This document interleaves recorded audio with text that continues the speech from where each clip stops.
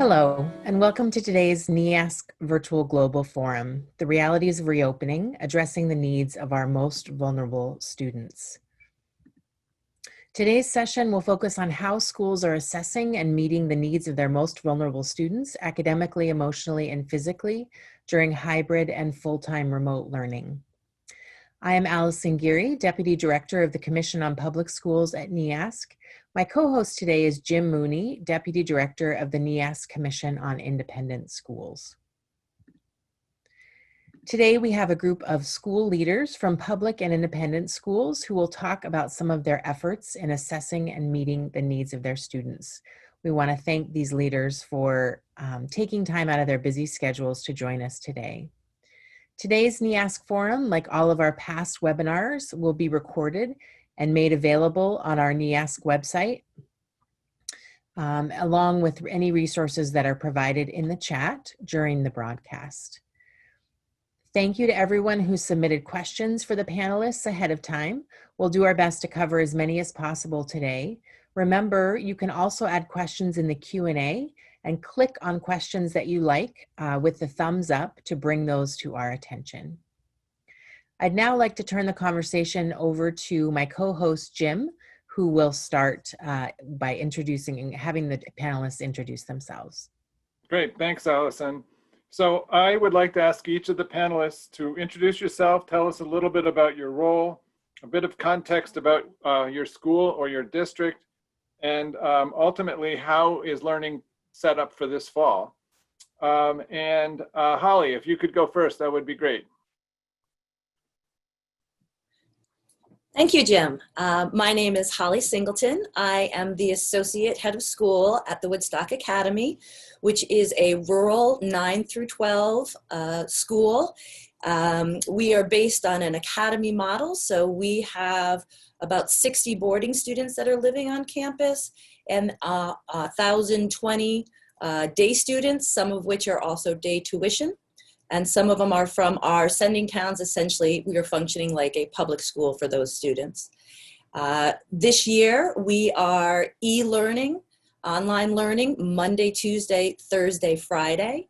And on Wednesdays, when our sending towns can provide transportation for our students, we are offering in-person sessions, which is an opportunity for academic support, academic enrichment, and also fun activities that teenagers are looking forward to having that they desperately want ways to connect with one another.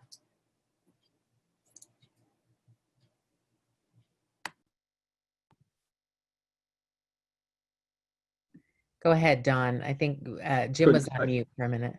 Okay. Well, thank you. Hi, everyone. My name is Don Concasia, and I'm the principal at Whitney Technical High School, located in Hamden, Connecticut. We have about 700 students. Our school is an inner city school with about 90 to 92% people of color, and about 70% of our kids are below the poverty line. So we opened as a hybrid model where students come in on Mondays and Tuesdays, and they're home learning virtually Wednesday, Thursday, and Friday. The other half would be virtual Monday and Tuesday and Wednesday, and come in on Thursday and Friday. We also are a trade school, so half of our students are in the trades and not in academics during those days. So we have a rotation of 3 groups that rotate through the trades in groups of 12. So we have a vertical loop and a horizontal loop, and hopefully it all kind of goes together. Thank you. Jim, you're on mute. You have to unmute yourself. I think Jim's asking me to go. So hello, everyone. My name is Angela Poland. I'm the Executive Director of the Catholic Academy of Bridgeport. We're 4 Catholic schools that comprise our academy.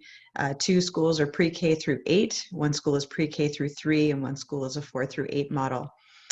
We serve about 800 students in Bridgeport, Connecticut, which is an inner city environment. About 65% of our families live below the poverty line.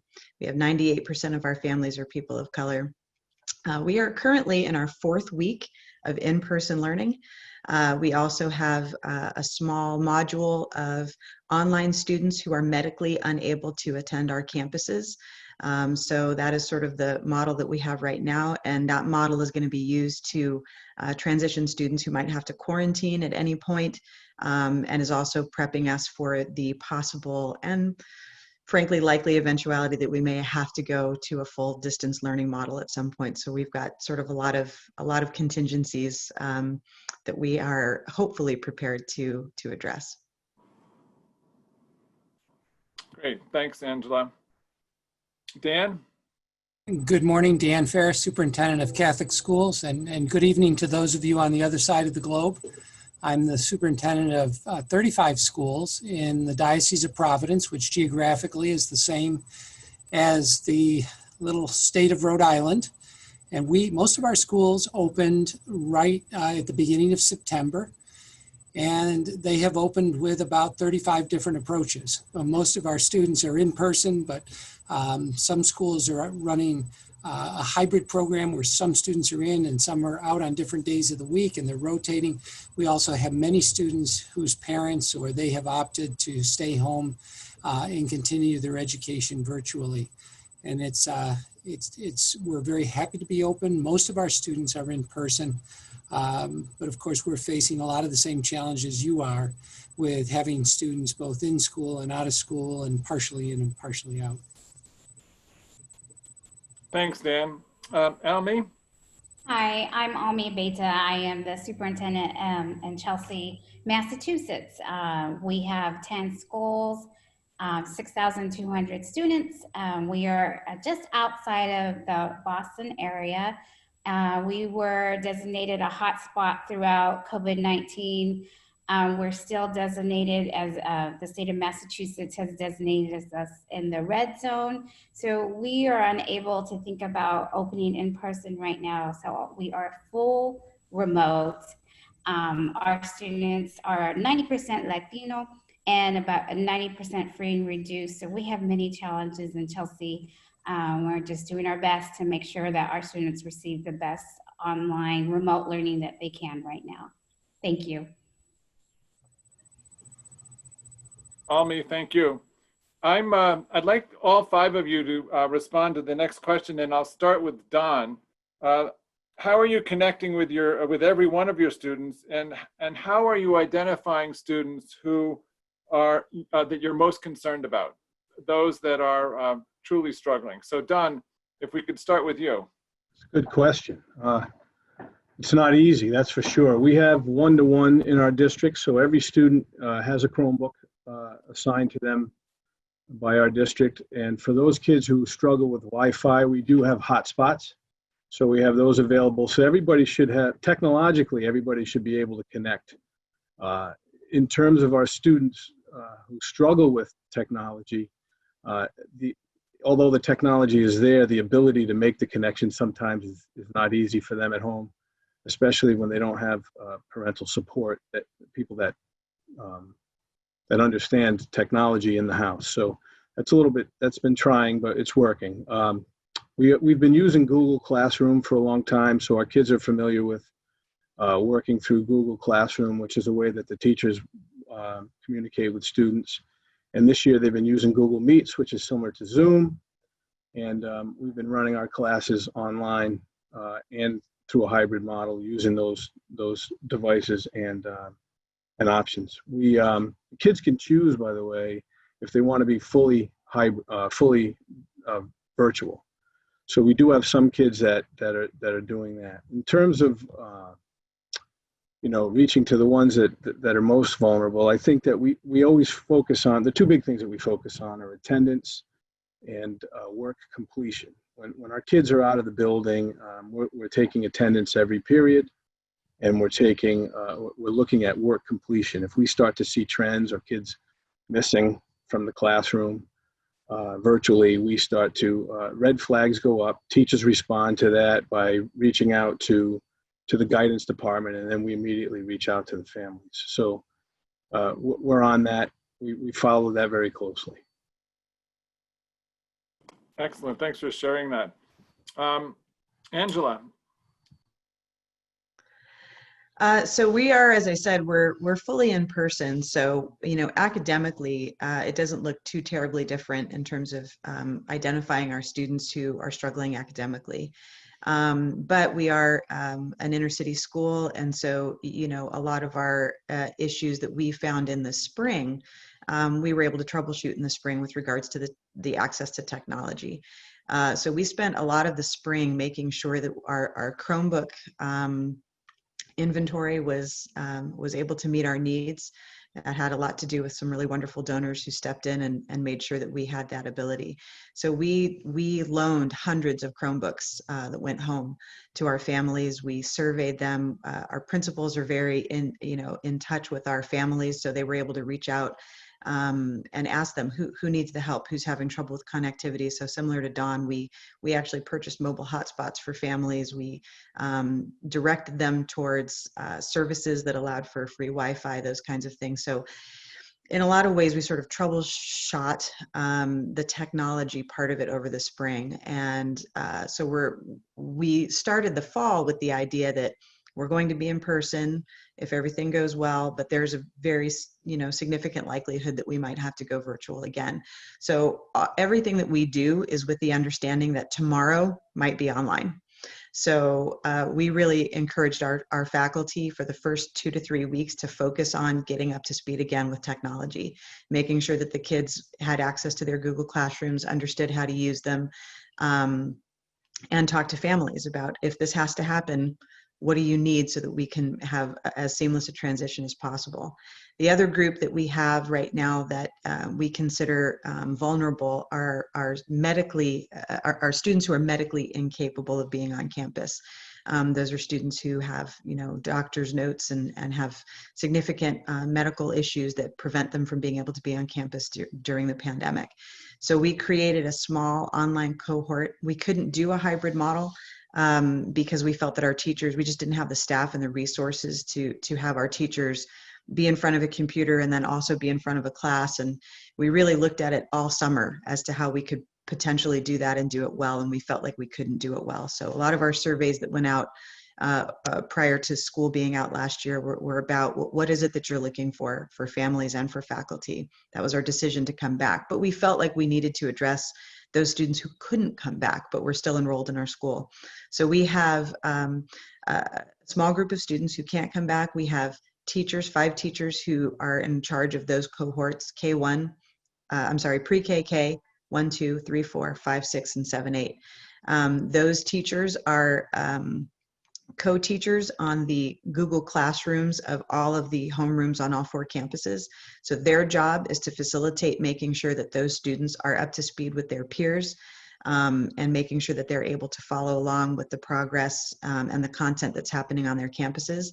Those cohorts will then also be the places where if a student has to quarantine or if a class has to quarantine, they will transition into that online module and on a temporary basis.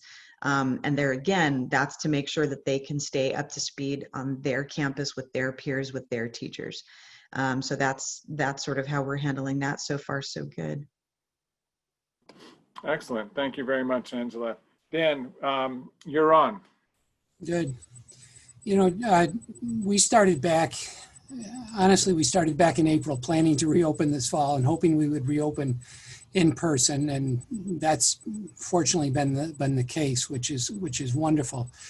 And when we did our planning, I have to say we spent the whole summer. Our principals came together in a collaborative kind of way that we've never done before. Weekly Zoom meetings, and then we had teams working on different aspects of reopening. And our focus really was on the safety of the students and all the different protocols and what CDC was giving us and the Rhode Island Department of Health and the American Academy of Pediatrics and working through the social distancing.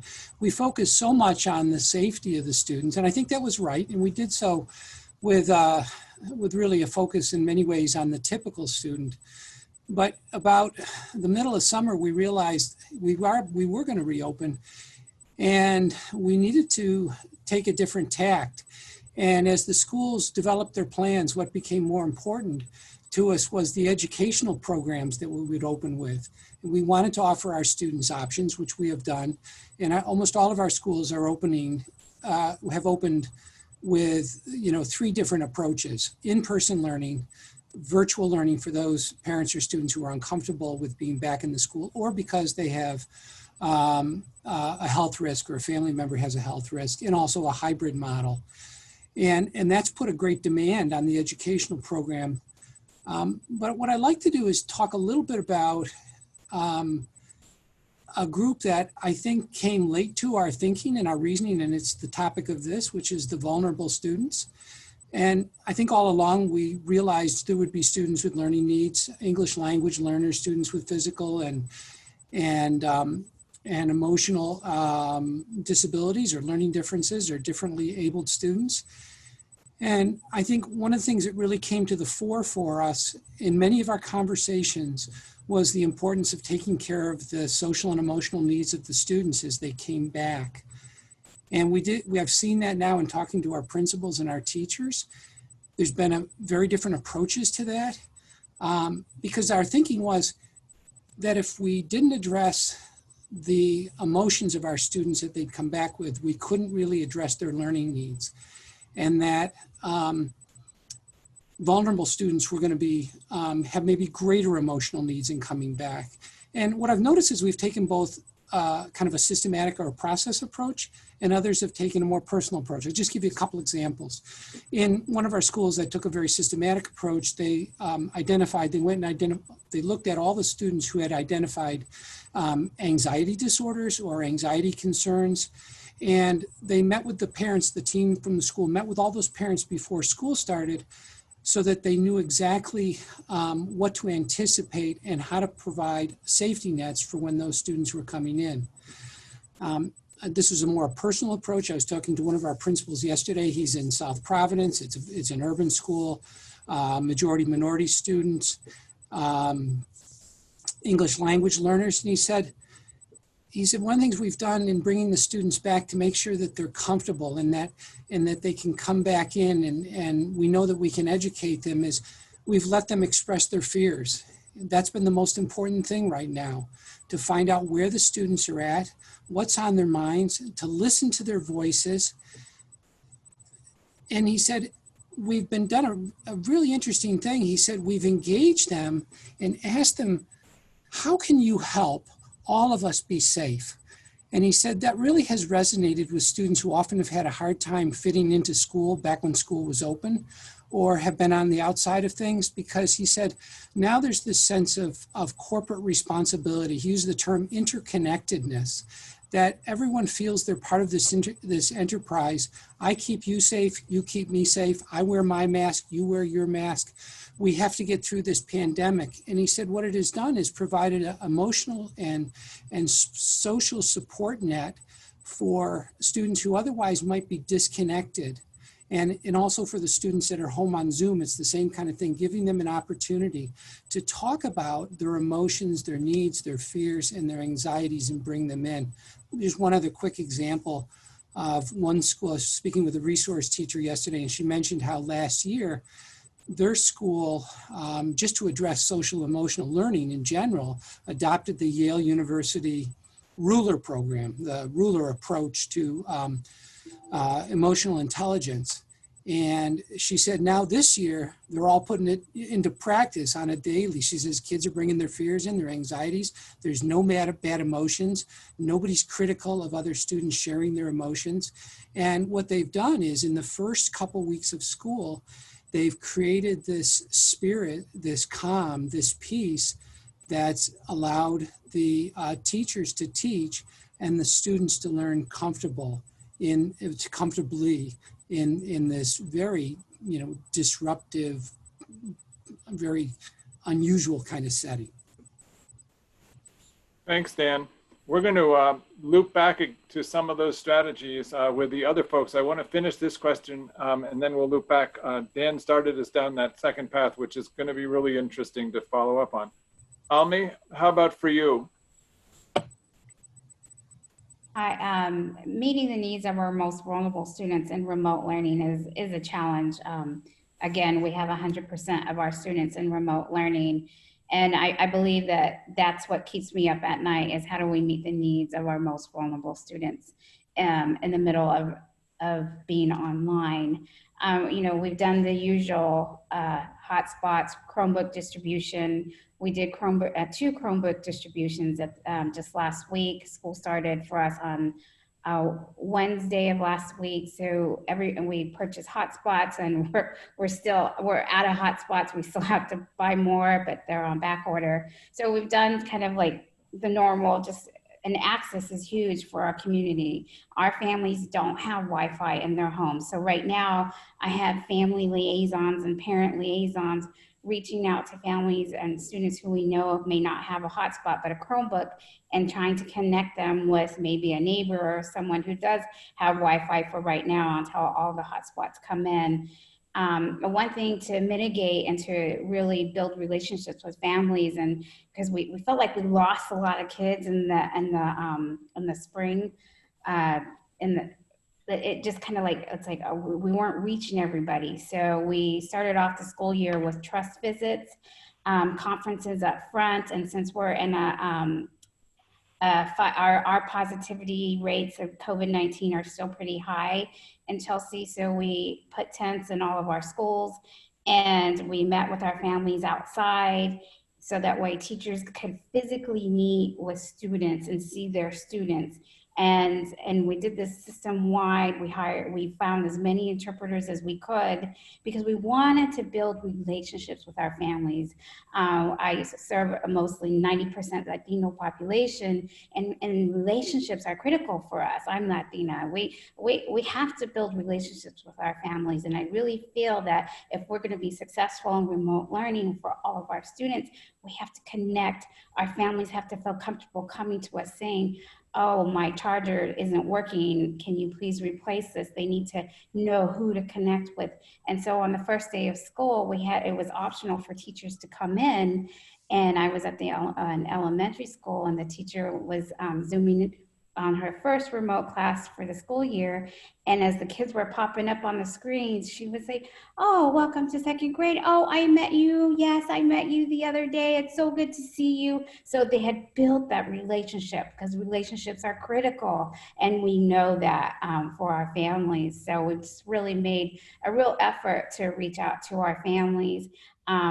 We purchase even more so because we have so many English language learners in Chelsea. Imagine Learning it's a wonderful program online, but we expanded it for our students, and just trying to give our teachers more tools to meet the needs of their most vulnerable students, because this is hard on teachers. It's not easy to teach remote. I used to teach kindergarten, and I don't know how in the world would you teach remote learning to kindergartners. I mean, that would be hard. I don't know if I would know what to do. And so I'm trying to be compassionate with our adults and with our educators. And then we're trying to set up online learning centers so that families who need need to go back to work, most of our community, a lot of essential workers, we're trying to set up some learning centers in our schools so kids can come and learn remotely, and so that parents know that they're in a safe place to learn, and just really trying to meet the needs and bringing in another outside partner to take care of our younger students. That's great. Thanks, Almi. Holly. We are doing a lot of the same things that my colleagues on the panels have talked about, so I won't repeat all of the great things that they are doing. I think they're excellent ideas, because I am also doing them. But I'll just point out a couple other things that I think are worth repeating. It starts with relationships, and I think we need to make sure as leaders of the school that we are telling our employees to focus on the relationships as a first priority, and that we need to be cognizant of data and student performance and achievement, but primarily we need to focus on what are the relationships we're having with our students. And so at the Academy, every class begins with a couple of moments to focus on relationships, to check in with kids, to see how they're doing. we changed a participation policy from spring to the fall to require kids to have cameras on. Now that's very controversial with some teachers unions. Sometimes you don't want to see what's happening at home, but we really felt that having cameras on allowed us to have access to seeing kids. And if we're not in person, we miss the context clues of body language and eye contact. And so that one change allowed us to be more effective in our ability to identify who was a vulnerable kid. And the last point I just want to make is, what is mind-blowing among all of this is that our group of vulnerable students is not the traditional group that we've been worrying about our entire career, but that vulnerable students are now even that high achieving kid who is taking all of those AP classes and is going on to Ivy League schools. We don't know really the conditions in which they are learning at home. We don't know the conditions in which they are living their lives. And things are very complicated and difficult for adults and children. And so our vulnerable group of kids, our watch list, our internal priority list of kids that we're worried about is changed what it looks like. And so that, that just makes it harder for everyone to do their jobs.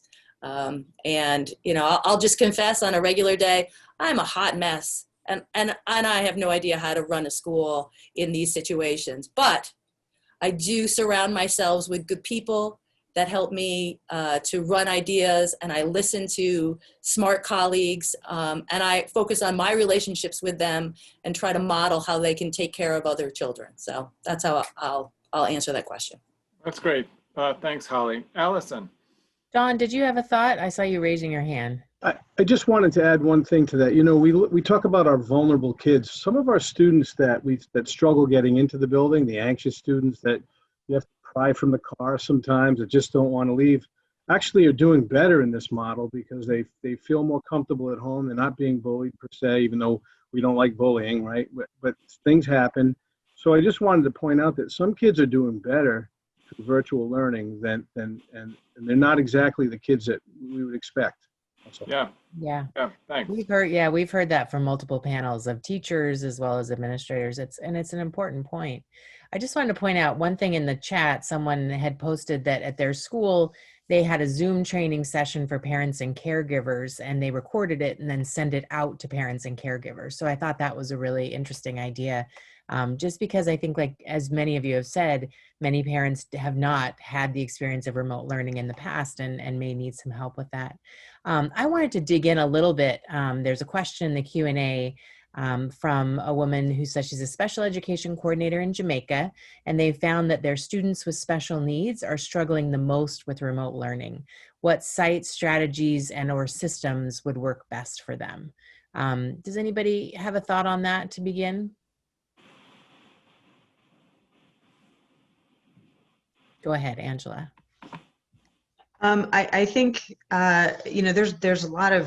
there are a lot of really wonderful apps that we sort of discovered in the spring. It was a huge learning curve for our faculty, and I think for years as educational leaders, we've said, we really need to start incorporating technology, and then all of a sudden we had to start incorporating technology, and those folks who were hesitant found themselves pushed over that threshold. And necessity often breeds invention.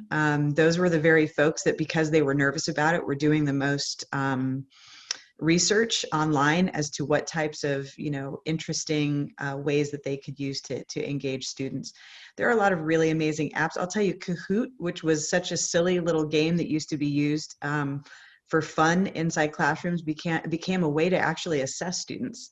There are some really interesting ways to use it, but I think Holly made a really good point, which is if you can have those cameras on, it's really important, because especially for students with special needs, they read cues, they cope in other ways, they have different coping mechanisms, and a lot of those come from being able to see their teachers and being able to see their peers and how their peers are handling various questions and situations. So they still need to be able to see each other.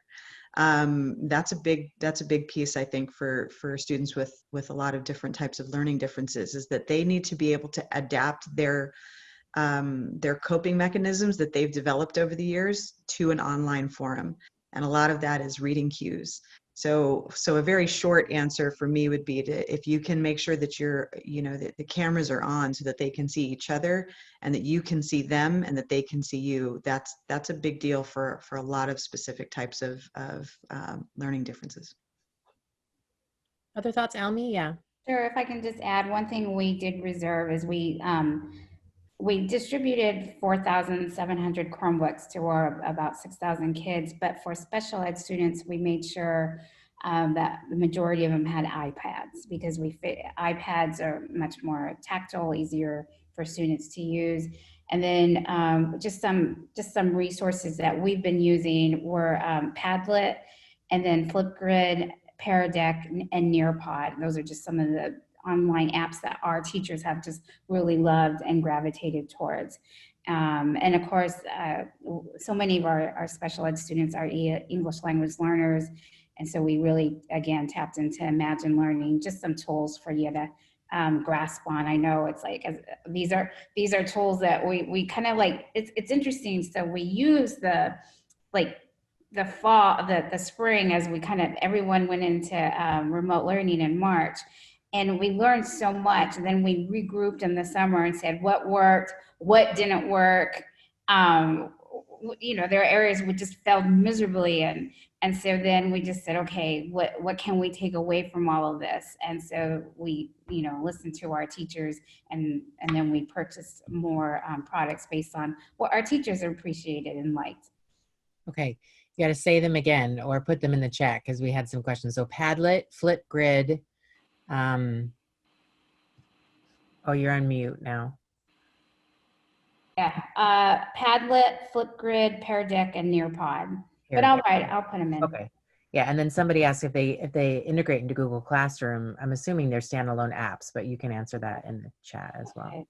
Okay, Holly, I was going to ask you, Holly, because I know Wednesday is your intervention day, so that's important. So before I do that, I'll just talk. We got a lot of feedback from our spring experience that the amount of technology was overwhelming, especially to our special ed population. And so we intentionally limited the technology that we were going to use with those students, so that we weren't introducing technology and they weren't trying to figure out the technology instead of figuring out the content. So we did identify, like, these are the technologies on the shelves that teachers can use. And then in our opening days of school, we actually spent time just doing training and relationship building, training on the technology, and offered evening opportunities for our parents to meet and get some training so that they would feel better prepared to be partners with us for learning at home. Great. And then Wednesday, can you just talk briefly about the Wednesday piece? Sure. Wednesdays are super exciting because we actually have kids on campus where we are not. And in preparing for it, we really ask students, like, what are you going to miss most about school if we're not in it? And, probably break teachers' hearts. It wasn't that I'm going to miss sitting in class learning math or, sitting in class learning how to write a good paragraph. Sorry, teachers. It was really that they were going to miss opportunities to speak with their friends, to eat lunch, to talk about all that stuff. So using that information, we created these Wednesday sessions. That's really the intent is provide academic support if necessary and have a priority list for those kids at risk to sign up first to make sure they can see a teacher in math to get that support. But more importantly, to have kickball games, and to have the art studio open, and to have the robotics studio open, and to offer tabletop games for all of those game nerds out there, so that they can come in and find time to do things that they like with students that have common experiences. And that kind of is like, that's the dessert of education. And so we wanted to make sure we offered the dessert of education to continue buy-in for what's going on Monday, Tuesday, Thursday, Friday. Perfect. Thank you. All right. I think we'll move to the next question. Jim? Yeah, great. So this is a question that you all have framed to a degree, but it's also come in the Q&A and in the chat. And that has to do with how are you working differently with your adult colleagues? What is it that you're doing to help them, whether it be with professional development or literally the compassion that's necessary to give them the hope that they can get through each day? What's happening differently in the relationships that you are creating with the adults in your community, particularly now the professional side, not so much the families, but your professional colleagues? And is someone interested in starting us down that path? Okay, Angela. I think that our first step was to engage them and make sure that they had input and that they had an opportunity to, much as my colleagues were saying, you know, asking the kids, what are your concerns? We had to ask our teachers what their concerns were. If our goal was to come in and be, especially in person, we had to find out what their concerns were surrounding that. So we spent a great deal of time on the safety protocols to make sure that being in the building was going to be as safe as it possibly could be for our teachers, because, you know, obviously their safety, you know, we always think about our kids, but their safety in many ways came first, because if they weren't there to teach the classes, we had no school to come to. So we really engaged them with some surveys, and then we had a large, actually at the time, this was at the end of the spring, a large group Zoom meeting with the entire faculty and staff to discuss what our guidelines were going to be. And we are lucky. Dan mentioned the Yale Ruler program. That's actually an academy-wide model that we have at the Catholic Academy of Bridgeport. So all 4 of our campuses utilize the Ruler program on a daily basis, and have been doing that for a couple of years. And so it really came to the forefront for us because it is an entire community-wide program. It's not just for students; it's for our faculty and it's for their parents, our children's parents as well. So we were lucky to have social workers on all 4 campuses, and they've sort of been charged with sort of the health and emotional health of our entire faculty, as well as our students, to sort of, you know, keep their fingers on the pulse of that. So I think with the feedback that we've gotten from our faculty when we started was that they felt good. They felt good about stepping onto the campus because they felt that they were heard, and they felt that their concerns were being addressed. And we made some changes based on some really great input that our teachers gave. One of the things that I told our principals, and I suggested for our principals, is that, you know, listen, if people felt better coming in with a face shield as opposed to the masks that we provided, let them do it. If people felt comfortable, you know, setting up their classroom in a particular way, let them do it. As long as it met the safety guidelines, you know, give people an opportunity to sort of take a breath. And then I think the other big thing that we did for our teachers was to remind them that this isn't supposed to be perfect. We are constantly telling our kids, you know, and our parents, right? Take a break, take a breath. You know, it's not going to be perfect, but our teachers we're all, you know, as educators, we tend to be type A personalities, and we're not comfortable with it not being perfect. So really reinforcing the idea with our principals and with our teachers that there is no expectation that this is going to be, you know, a stellar year in the way that we have envisioned stellar years. So what we did was we said, take a look at your benchmark standards. What is it that your kids are non-negotiables that they need to know in order to progress to their next year? And that is what you're responsible for. And if anything else is gravy. You know, we're used to years in which they're going on field trips and they're having all these amazing extracurricular enrichment experiences. You know, Holly was saying all these wonderful things that you do on campus, and we're just sort of saying, listen, the expectation is that they learn the fundamentals to get to their next year. And I hope, and some of the feedback we got from some of our teachers with that was liberating. You know, the idea that they sort of had permission to not, you know, and it sounds terrible, but shoot for the moon. They could shoot for the, you know, for the stratosphere at any rate, and make sure that our kids were getting their fundamentals. And then, of course, because teachers are who they are, they find amazing ways to go on virtual field trips, and they find amazing ways to create the enrichment experiences that just look different. But it sort of gave them a breath, and it gave them some space to sort of sit back and go, this doesn't need to look like it looked before. And it's okay. That expectation isn't coming from my leadership. And then we have to explain that to parents too. This is going to look different, and different is okay. So I think that that emotional well-being of the entire community is absolutely crucial. And, you know, we told, you know, teachers as they came in, we really encouraged our teachers to come onto the campus early, get used to what it is to navigate, you know, the physical building with all of these, you know, restrictions, and to use your sense of humor.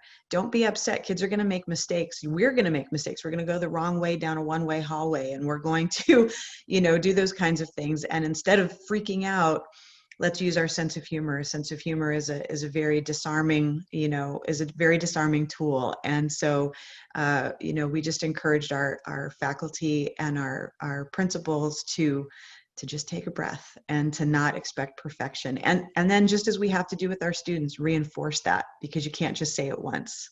Right. It gets forgotten, you know, so. Good, thank you. Don, how about you? Well, I would say that we're doing a lot of what Angela's doing, and I think the key really is helping teachers understand that we do expect hard work, right? That's what we expect from them. We expect that from ourselves. But what we don't expect is perfection, especially in this model. It's just difficult to do. And I think that when I went around and I sat with every single one of our staff members one-on-one at some point and just told them, you know, that I understand how difficult it is, and that I wanted them to hear it just from me, that I'm in their camp. We'll do what we can. You work hard, and we'll find all the supports to help you be successful. And then we'll figure out what success really is in the end. I know Angela pointed out that, you know, we know there's going to be some learning loss. We just have to figure out how to minimize that and how to just sort of persevere and move forward. This probably isn't going away anytime soon. In the spring, we were sort of in a survival mode, right? We were trying to get to the end of the year. But now we need to look at it differently. We had to start, you know, instead of surviving, we have to, don't want to survive, but we want to thrive. Like, how do we get there? And then the other message I sent to them is, we make sure that, you know, we have some teachers that are stressing out because the kids aren't performing to the level they did when they were in school. And I try to remind them that the same way that they want some leeway from me, and they want some room to make mistakes and to try new things, they need to give that same approach towards their students. And I think when a couple of our teachers who really were stressing over perfection, once they realized that they can allow some of that in their students, it actually took the stress off of themselves. So by giving kids more freedom to work it out, they've actually taken some of the burden off of themselves they didn't know that they had put on themselves. Right. So I think that, plus visiting them one-on-one, I thought was really critical to just be able to sit down in their room with them after school, you know, and say, what can I do for you? What do you need from us? And we've been able to get some good feedback from that. That's excellent. Thanks for sharing that, Don. I'm going to throw it back over to Allison. We're going to move through a couple more questions with about 15 minutes to go. Allison. We always run out of time. There's not enough time for it to get through everything. So I wanted to talk a little bit about the physical needs of students, because several of you mentioned you've got students that are high poverty. What are you doing to address physical needs of students, including food insecurity or those issues? Almi, why don't you start, and then we'll go from there. Sure. So as you, as I said earlier, Chelsea, Massachusetts, we were hit really hard. Our families are mostly essential workers. It's been tough. So right now, even as I speak, I work in City Hall. I can go outside just down the block to Salvation Army, and there is food lines. We have a tremendous amount of food lines. We have been servicing our students and families since day one of this pandemic on March 13th. Lunch, meals, we kept all our sites open for the most part, and they're still going, even though we're in remote. We've still been running at the peak when we had 100 COVID cases a day in our tiny little city. I remember talking to the city manager and having a conversation and saying, I'm a little concerned because I don't want our meal service workers to get sick. And he's like, Omi, please continue to serve the food. Our families need this. And so we continue to serve, and we were just really cautious and strategic about how we put our meal service workers in shifts.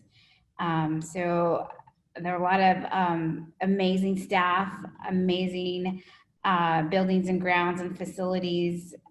We've come to find that our lunch meal sites are also a way to get information out to families. So when they're in line, have you taken the census yet? We really need you to take the census, or here's a homework packet for your little one. Here's some flyers. So we're using, we normally do a real celebration with back to school night with free backpacks and supplies. And so we figured, well, our families that need it the most are probably the families in the food line. So let's have our back to school backpack event at each meal site. We'll have the backpacks delivered to the meal sites instead. And so we're just kind of using that as an avenue. Our wonderful city has come together, Chelsea, and just really worked together to meet the needs of our students and families in our community. We have a pandemic team that has multiple partners from the city, from our city manager to our everyone, all our local organizations. So just as a community, just trying to meet the needs, and the needs are so great, and we anticipate that they will continue to be great as we move on. Yeah. Dan, do you have any thoughts on that? Yeah, and I really appreciate Almi's comments there. You know, it really, for us, it really comes down to two things: the food and the technology. And fortunately, in the state here, things have worked very well with the federal lunch program and the food to the families, and they've continued to receive that in a very good way. And that's a great tribute to our state government and that whole system that's in place. Technology has been a bigger challenge, and because we're private schools, we've had to look in two directions for Chromebooks, which have been Chromebooks for the older kids and then tablets for younger children in pre-K and kindergarten, because we're always planning. We don't know whether there's going to be during the flu season or whether there's going to be a second wave. Who knows? We're hoping for the best, planning for the worst. And we've had some wonderful donors have come forward so that our schools could purchase, Chromebooks so that every student in the school can have a Chromebook. And some of those aren't in yet. And we're also depending on ESSER funds. And the ESSER funds also have not been processed for many of our schools, so they haven't seen that funding. But having the Chromebooks and the connectivity is really an ongoing challenge, but one that we're seeing is moving forward in a very a really positive way. And so I'm hopeful, and I just hope that we have one-on-one for every student in every one of our schools before we all go out again, or, and really just because we need to have those students online if a kid has to quarantine or isolate. But it's been good. Right. Okay, great. Thank you so much. All right. I think we're running towards the end of our time. Jim's got a last question that we want to wrap up with. Yeah. Actually, I'm going to flip it a little bit. It's a question plus a follow-up. So the question is going to be, what keeps you up at night? And I'd like each one of you to speak to, what keeps you up at night. And then if you could also think about what makes you smile when you think about your school and your kids and your faculty. But so what keeps you up at night and what makes you smile, and who would like to go first? There we go. Holly, thanks for kicking this off. You're welcome, Jim. So I'm assuming you're not asking about my snoring husband that keeps me up at night. Yeah, no, we'll skip that part. Yeah. I think what I worry most about is isolation and our contentious communities right now. And I think that there are a lot of people that are frustrated and angry, and that means maybe some of our students are not in safe places emotionally, physically. And then that worries me, because obviously educators are in the business of taking care of children. And the worst thing for us is not to be able to know who needs our help. And, you know, we are super people when it comes to someone needs this and we're able to get that for them, right? But it's the, what don't I know about my kids that I could do something about and help them if I knew. So that's really what keeps me up at night. Yeah. And then what makes me smile? I have amazing colleagues, and I make it a point of trying to take care of them, and they also take care of me. So I try to remember to tell different people every day how much I appreciate them. And it's just kind of started this very nice movement, a very silent movement where people are making sure they tell each other what they appreciate about working with each other. And that, you know, when you get that text message that says, I appreciate that, or that was really good, or you gave me what I need to get through today. You know, you give it out and you will get it back. So I think if the adults remember to take care of each other, it's a heavy year, like the burdens that everyone has to carry to make it to the finish line. And I look and I'm like, September 22nd, how am I going to get to June, right? I'm exhausted, but we can do it if we support each other. So that's what Great. Yeah, absolutely. Thanks. Angela.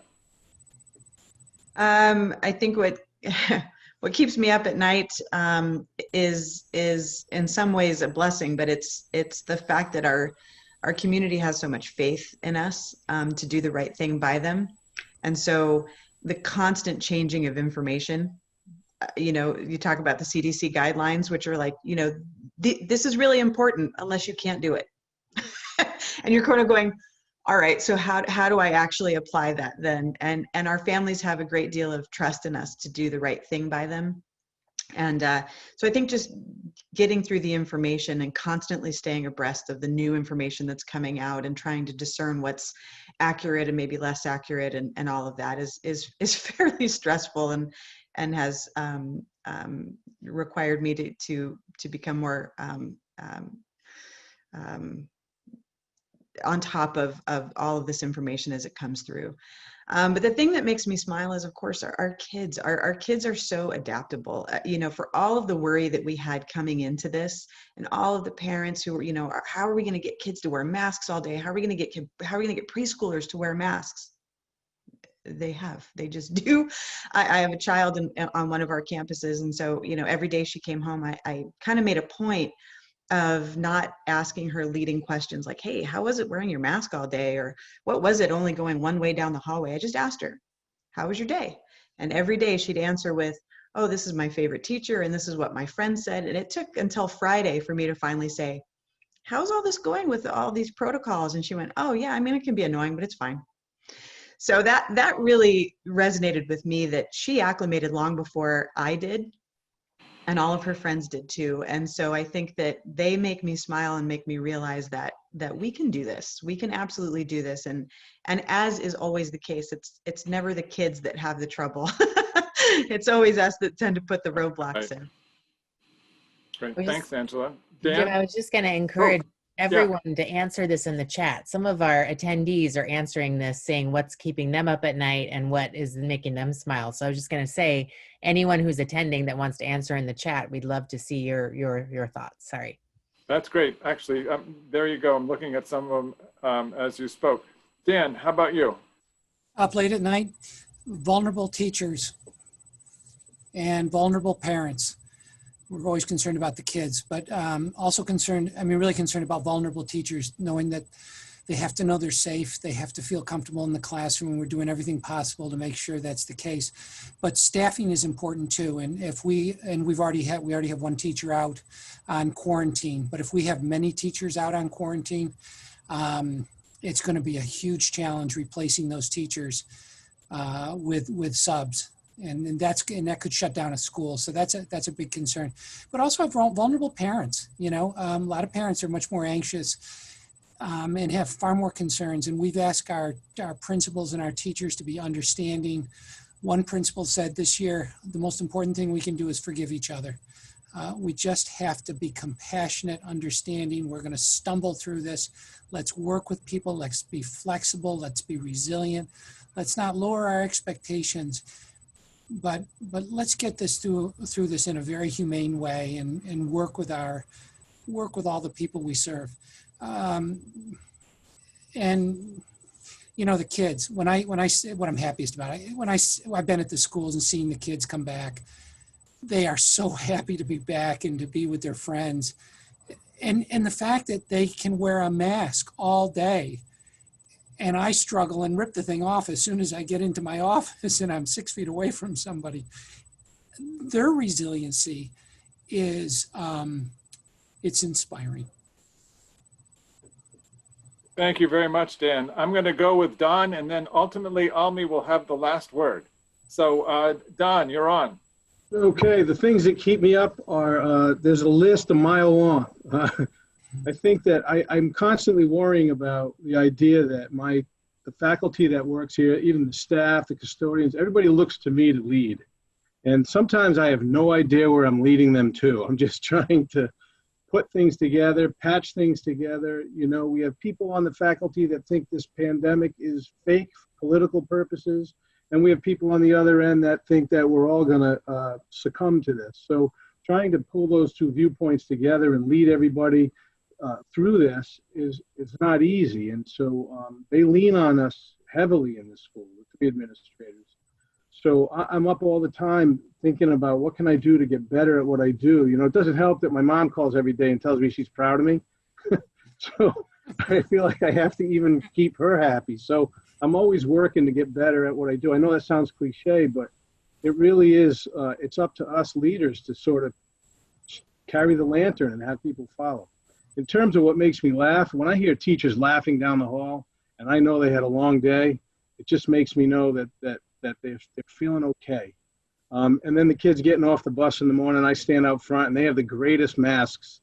You know, one girl came in the other day with a smiley thing and she put a little piece of food in between two of the teeth to see if I would even notice she had it there. So they're playing around with it, and they're like Dan was saying, they're so resilient, and so they make me laugh every morning. So I think what keeps me up at night is the fact that I'm still in remote learning, and I would really like to be in person, and I don't know how long I'm going to be in remote learning because of our COVID positivity rates, but I would sure love to bring kids back and see kids. So that keeps me up.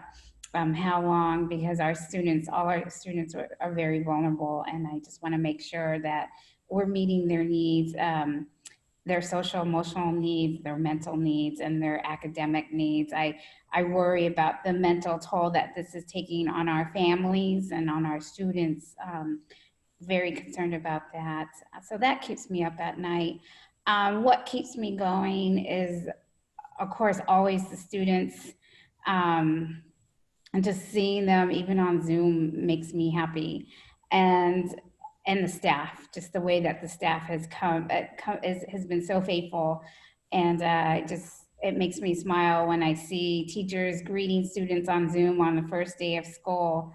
And just, there was still excitement in the schools, even though we're in remote learning. So that feeds my soul. And I can hardly wait till I get to see kindergartners and preschoolers in person again, because that's my niche, and I miss them. So that's Awesome. Thanks for sharing all of that. I want to thank all of you for your insights. And it's really interesting. We've done a lot of these webinars to watch how incredibly active the chat is right now, with folks that are joining in the conversation and adding their up at night horror stories, and also adding the things that are helping them to smile. So thank you all for what you brought to this webinar today. And Allison, back to you. Thank you. I want to echo Jim's comments and just say how much we appreciate the conversation, and just giving us an hour of your time is a huge benefit to those of us who are listening today. So for our panelists and my co-host Jim, and all of us at NEASC, we want to let you know that we are thinking of you and that we are sending you all of our good vibes and support, and wish you the best for this school year. Thank you so much.